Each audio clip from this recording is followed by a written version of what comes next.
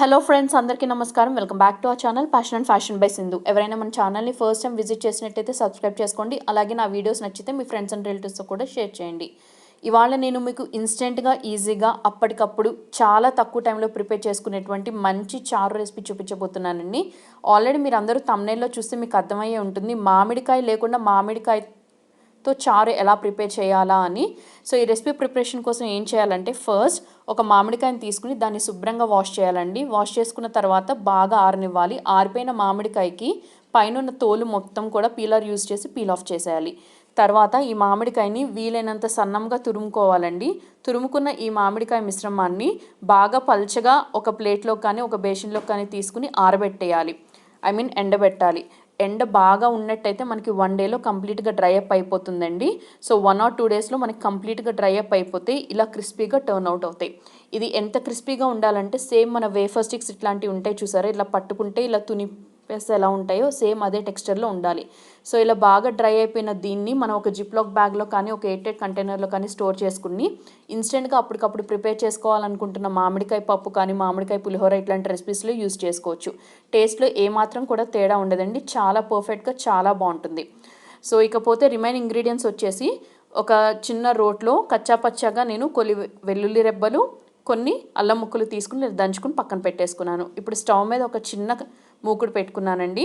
ఒక చిన్న డిష్ పెట్టుకున్నాను.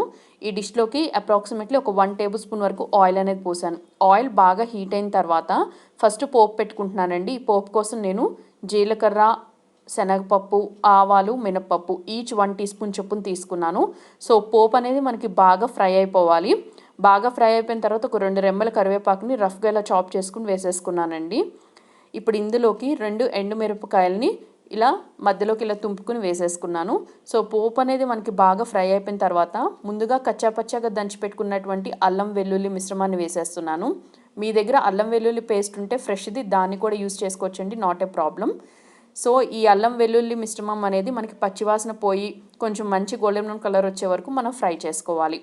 ఈ రెసిపీ ప్రిపరేషన్లో మనం టొమాటో కానీ చింతపండు కానీ ఏది యూజ్ చేయట్లేదు. ఎందుకంటే మనం తీసుకున్న మామిడికాయ అనేది ఫస్ట్ ఆఫ్ ఆల్ బాగా పుల్లగా ఉండేటట్టు చూసుకోవాలండి. అప్పుడు మాత్రమే ఈ రెసిపీ టేస్ట్ అనేది చాలా బాగుంటుంది. ఇప్పుడు ఇందులోకి మనకి డ్రై చేసి పెట్టుకున్నటువంటి ఈ మామిడి తురుము మిశ్రమాన్ని వేసేస్తున్నాను. ఇది వేసేసిన తర్వాత ఇందులోంచి పచ్చివాసన పోయే వరకు మనం ఇలా ఫ్రై చేసుకోవాలండి. నాకు ఈ మామిడి మిశ్రమం అనేది మా మదర్ మొన్న ఊరు నుంచి వచ్చేటప్పుడు ఇచ్చారండి. సో నేను ఆల్రెడీ లాస్ట్ వీక్లో మన ఛానల్లో మామిడికాయ తురుము పచ్చడి అలాగే మామిడి ముక్కల పచ్చడి ఎలా ప్రిపేర్ చేసుకోవాలో చూపించాను కదా.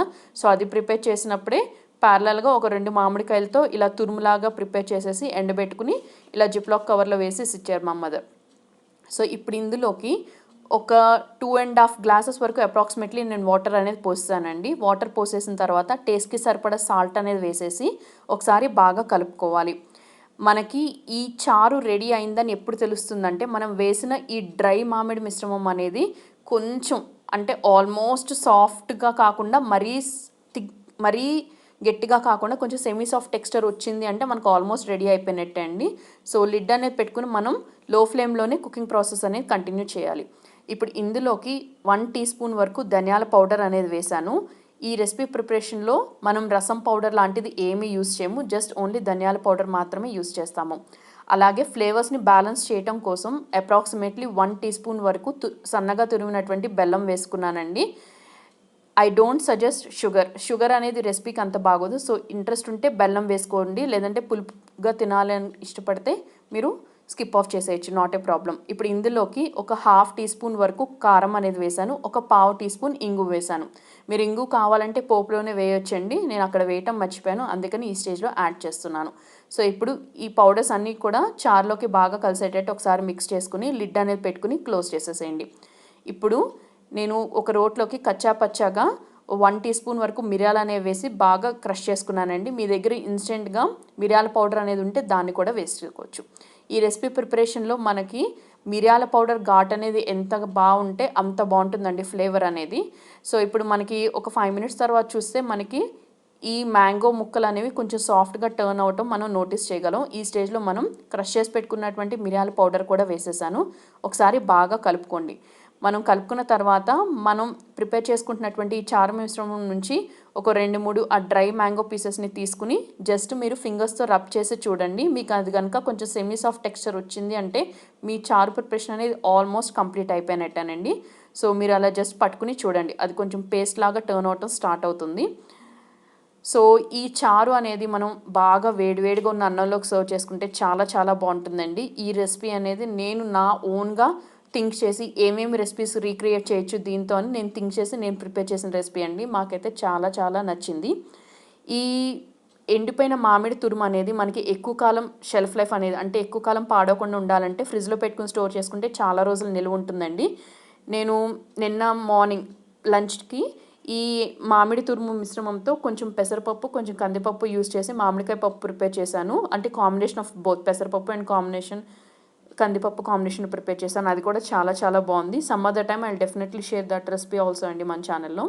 సో ఇప్పుడు మనం లిడ్ అనేది పెట్టుకుని క్లోజ్ చేసేసిన తర్వాత మనకి ఈ చారు అనేది బాగా బాయిలింగ్ కన్సిస్టెన్సీ వస్తే మన చారు ప్రిపరేషన్ అనేది కంప్లీట్ అయిపోయింది. సో తప్పకుండా ట్రై చేయండి. మర్చిపోకుండా ఈ వీడియోకి ఒక లైక్ ఇచ్చి మీ ఫ్రెండ్స్ అండ్ రిలేటివ్స్తో షేర్ చేయండి. మరొక సరికొత్త ఇంట్రెస్టింగ్ రెసిపీతో మళ్ళీ మిమ్మల్ని అందరినీ మీట్ అవుతాను. Till then keep watching passion and fashion by Sindhu.